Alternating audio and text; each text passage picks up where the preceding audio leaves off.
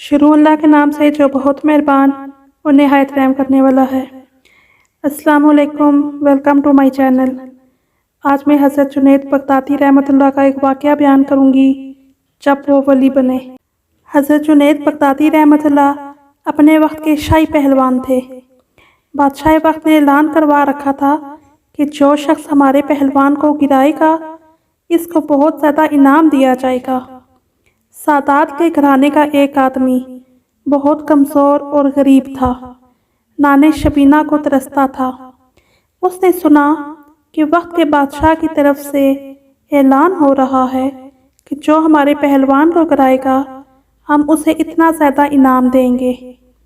اس نے سوچا جنید کو تو رستم زماں کہا جاتا ہے، میں اسے گرا تو نہیں سکتا مگر میرے گھر میں غربت بہت زیادہ ہے، مجھے پریشانی بھی بہت ہے اور سادات میں سے ہوں، اس لیے کسی کے آگے جا کر اپنا حال بھی نہیں کہہ سکتا۔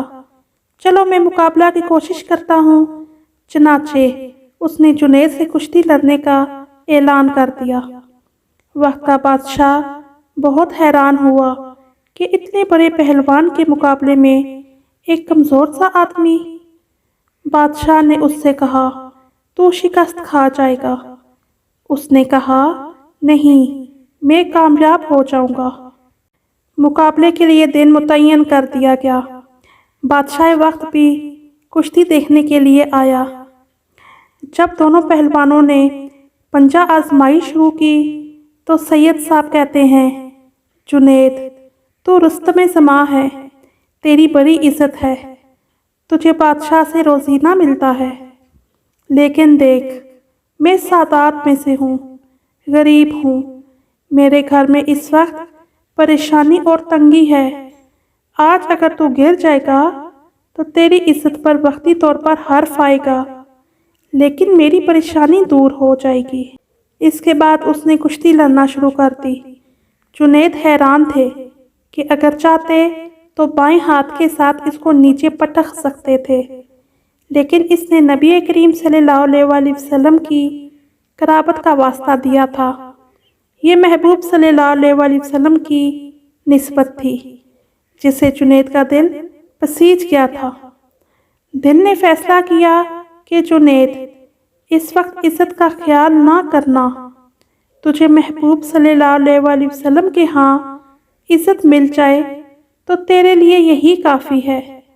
چنانچہ تھوڑی دیر پنجہ آزمائی کی اور اس کے بعد جنید خود ہی چت ہو گئے اور وہ کمزور سا آدمی ان کے سینے پر بیٹھ گیا اور کہنے لگا میں نے ان کو گرا لیا۔ بادشاہ نے کہا نہیں، کوئی وجہ بن گئی ہوگی، لہٰذا دوبارہ کشتی کروائی جائے۔ چنانچہ دوبارہ کشتی ہوئی۔ جنید خود ہی گر گئے اور اسے اپنے سینے پر بٹھا لیا۔ بادشاہ بہت ناراض ہوا۔ اس نے جنید کو بہت زیادہ لعن طعن کی، حتیٰ کہ اس نے کہا جی چاہتا ہے کہ جوتوں کا ہار تیرے گلے میں ڈال کر پورے شہر میں پھرا دوں، تو اتنے کمزور آدمی سے ہار گیا۔ آپ نے وقتی ذلت کو برداشت کر لیا۔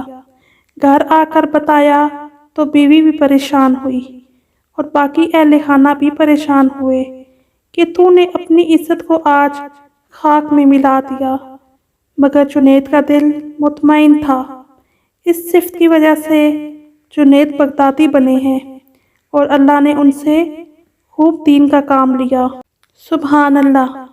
امید کرتی ہوں آج کی میری ویڈیو آپ کو اچھی لگی ہوگی۔ اپنا بہت سارا خیال رکھیں، مجھے دعاؤں میں یاد رکھیں۔ انشاءاللہ ایک نئی ویڈیو کے ساتھ پھر آؤں گی، تب تک کے لیے اللہ حافظ۔